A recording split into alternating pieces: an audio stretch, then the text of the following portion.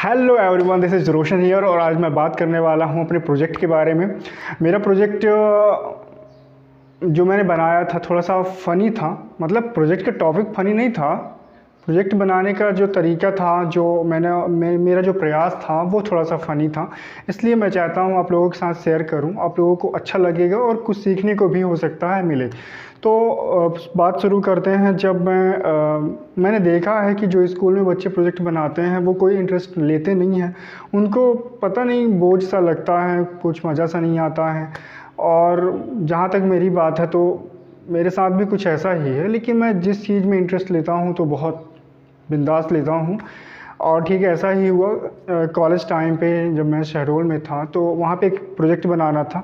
और आप लोग जैसा जानते हैं कि हर एक क्लास में आपको एक प्रोजेक्ट बनाना पड़ता है और किसी भी टॉपिक पे आप बना सकते हैं प्रोजेक्ट। तो मैंने जो प्रोजेक्ट सेलेक्ट किया था, दरअसल क्या हुआ, कॉलेज में सभी लोग प्रोजेक्ट बना रहे थे। कोई टीचिंग पे बना रहा था, कोई अदर चीज़ पे बना रहा था, कोई मतलब कई तरह की चीज़ों पे बना रहे थे।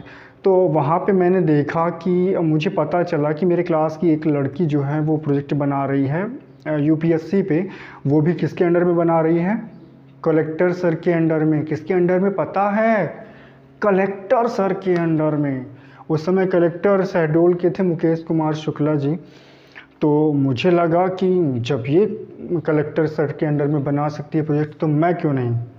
मैं अपने रूम आया, वहाँ पे जो दोस्त था अभिषेक करके, मैंने उससे बोला यार कि मुझे कलेक्टर ऑफिस चलना है, तुमको चलना है कि नहीं चलना है? तो बोला ठीक है।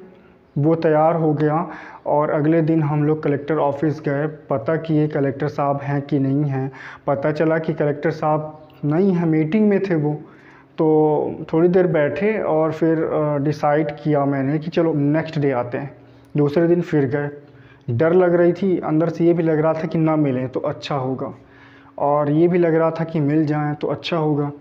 तो जब हम गए वहाँ पे तो कलेक्टर साहब तो नहीं मिले, फिर मीटिंग में थे, फिर वापस तो नहीं आया। मैंने सोचा कि उसने कलेक्टर के अंडर बनाया है ना, चलो मैं कमिश्नर के अंडर बनाऊंगा।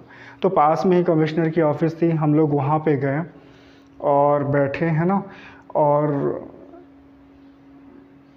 थोड़ा सा जो बाहर प्यून रहता है, जो पर्ची देता है अंदर कि कौन मिलने आया है आपसे, है ना, कमिश्नर के पास देता है, थोड़ी उससे जान पहचान हो गई। क्योंकि वो जो मेरे एक मामा लगते थे उनको वो जानते थे, है ना, वहाँ पे वो बाबू थे। तो मैंने उनको बताया तो मुझे पर्ची मतलब उसने पर्ची नहीं दी हमारे नाम की कि हम मिलना चाहते हैं, उसने सीधे हमको अंदर भेज दिया। डर भी लग रही थी कि कैसे बोलेंगे कैसे। तो मैं अंदर गया। मैं आई कम इन सर? सर नमस्ते। तो उन्होंने बोला क्या है, क्या काम है? तो मैं तो खड़ा रहा, मेरा तो पूरा कॉन्फिडेंस ही ख़त्म, बिल्कुल गायब हो गया। मैं बोला सर वो प्रोजेक्ट बनाना है सर, तो आप गाइड कर देंगे, मैं यूपीएससी पे प्रोजेक्ट बनाना चाहता हूँ सर, तो आप क्या बता देंगे, थोड़ा सा ये समझा देंगे। वो तो भड़क गए मुझ पे। वो बोले प्रोजेक्ट बनाना है तुमको यूपीएससी पे तो जाओ जो संघ लोक सेवा आयोग है वहाँ पे जाओ, राज्य शिक्षा केंद्र है वहाँ पे जाओ, वहाँ पे पूछो, वहाँ पे यहाँ पे क्यों आ गए हो तुमको वहाँ जाना चाहिए, वहाँ समझना चाहिए। वो तो लेक्चर देना शुरू कर दिए। तो 5-10 मिनट मैं सुनता रहा, हाँ सर, ओके सर, ठीक है सर, सॉरी सर। लग तो रहा था कि कब हमको छोड़ेंगे। फिर फाइनली उन्होंने कहा जा हो गया। नमस्ते किया, जल्दी से बाहर निकले। कहते हैं ना, जान बची तो लाखों पाए। हम तंबू से बाहर आए तो हम उस कमरे से बाहर निकले जल्दी से। और अब मेरे को लग रहा था कि कोई बात नहीं, कमिश्नर ना सही एसपी के पास जाएंगे, हमारा प्रोजेक्ट तो अब एसपी के पास बनेगा। अब अगले दिन एसपी के पास मुझे अच्छे से याद नहीं आ रहा है कि वो मेरे साथ था कि नहीं, मेरा दोस्त अभिषेक।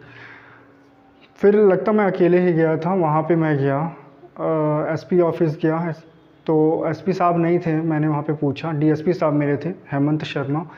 उन्होंने काफ़ी अच्छा बताया, लेकिन अब मेरा इरादा बदल गया था। पहले मैं यूपीएससी पे बना रहा था प्रोजेक्ट, लेकिन अब मेरा हो गया एमपीपीएससी पे।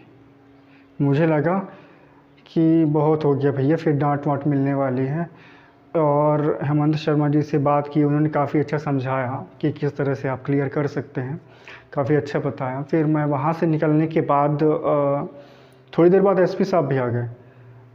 डर तो लग रही थी कि कहीं बंदूक निकाल के शूट ना कर दें, हमको उड़ा दें।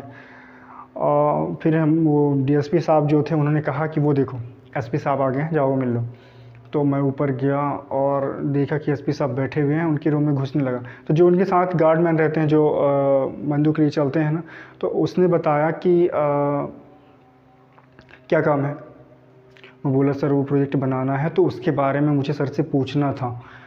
तो बोले देखो अंदर तो नहीं जा सकते हो तुम, हाँ यदि तुमको प्रोजेक्ट बनाना है, पूछना है, तो एक सर हैं सत्य प्रकाश मिश्रा, वो 2-3 बार MPPSC निकाल चुके हैं और इंटरव्यू तक गए हैं वो, तो तुम उनसे मिलो तो वो अच्छे से बता सकते हैं। तो मैं जल्दी से वहाँ से निकला कि चलो यहाँ पे भी जान बची। और अगले दिन उन्होंने पता बताया था कि पुलिस लाइन में रहते हैं वो। मैं पुलिस लाइन पे गया, ठीक है। वहाँ पे थोड़ा दूर था, लेकिन पूछते पूछते मैं पहुँच गया पुलिस लाइन पे। काफ़ी सारे लोग मिले, पुलिस वाले वहाँ पे, बहुत सारे पुलिस वाले थे। उन्होंने पूछा क्या काम है, क्या है, कैसे हैं।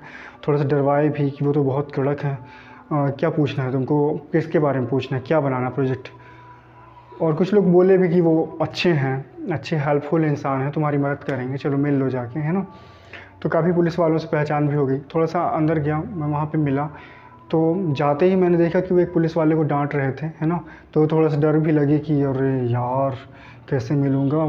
पुलिस वाले को डांट दिए क्योंकि वो एक संतरी था, मतलब जिसका काम होता पहरा देना, वो बैठ गया था थोड़ी, तो उसके लिए उसको चिल्ला रहे थे। तो मुझे लगा कि ये बहुत ख़तरनाक आदमी है, मैं कैसे मिलूँगा इससे। और उस टाइम पे वो काफ़ी सारे एसआई लड़कियां थी वहाँ पे, एसआई मतलब ग्रुप ही था 15-20 लोगों का। उनको वो कुछ समझा रहे थे, बता रहे थे, तो वो भी जा रही थी धीरे धीरे, है ना। तो मैं वहाँ पे पहुँचा, वो अंदर चले गए। कोई भी पुलिस वाला उनके रूम में जाता रहा तो खड़ा रहता रहा, काफ़ी डर के मतलब बात करता रहा। और जब मैं उनके रूम में गया, मैंने बोला मैं आई कम इन सर, तो उन्होंने मुझे बुलाया, हाँ यस कम इन, और बैठाया। एक पुलिस वाला आया था कुछ छुट्टी उट्टी के लिए, तो वो खड़ा था और मुझे उन्होंने बैठाया, हाँ बताओ क्या काम। मतलब जैसा मैंने सोचा नहीं था वैसा बिहेव देख के, सुन के मेरे को बहुत अच्छा लगा। तो कभी किसी को उसकी सूरत से, कभी किसी को उसके फितरत से, बाहर से जज मत करिए। जब तक आप उससे मिल नहीं लेते हैं, उससे बात नहीं कर लेते हैं, आप उसके व्यवहार के बारे में आकलन मत करिए, ओके। तो उन्होंने पूछा क्या काम है, मैंने बताया कि सर मुझे प्रोजेक्ट बनाना है MPPSC के बारे में। तो उन्होंने बोला ठीक है मैं बता सकता हूँ। उन्होंने बोला कि रोज़गार निर्माण आता है, उसमें सारी डिटेल्स उसमें आती हैं, तो उससे तुम लिख सकते हो, और तुम मेरा नंबर ले लो ये, और जब भी कोई ज़रूरत हो तो मेरे को फ़ोन करना और मेरे से मिल सकते हो। मेरे को बहुत अच्छा लगा उनका ये व्यवहार, और मैंने नंबर लिया। एक बार मैंने बनाया प्रोजेक्ट तो दिखाने के लिए गया, एक बार और गया, मतलब कुल मिला के 2 बार गया मैं उनके पास। और फाइनली लास्ट में नंबर उन्हीं को देना था 50 में। तो 50 में वो मेरे को 40 दे रहे थे, बोले कि ये 40 नंबर दे रहा हूँ, ठीक है। मैं बोला सर थोड़ा सा और कर दीजिए ना, बहुत कम है सर। फिर उन्होंने 45 उसमें नंबर दिया, लिफाफे में उस नंबर को हमने रखा और जाके अपने स्कूल में जमा कर दिया। प्रोजेक्ट ठीक ठाक था, मैंने अच्छे से ही बनाया था, थोड़ी सी मेहनत की थी, और इस तरह से फाइनली मेरा प्रोजेक्ट सबमिट हुआ। तो ओवरऑल डिस्कशन आपको बताने का मतलब यही था कि आप यदि चाहें तो कुछ भी कर सकते हैं। आप चाहें तो बस आपका जो डेडिकेशन है उस काम के प्रति होना चाहिए। That's it.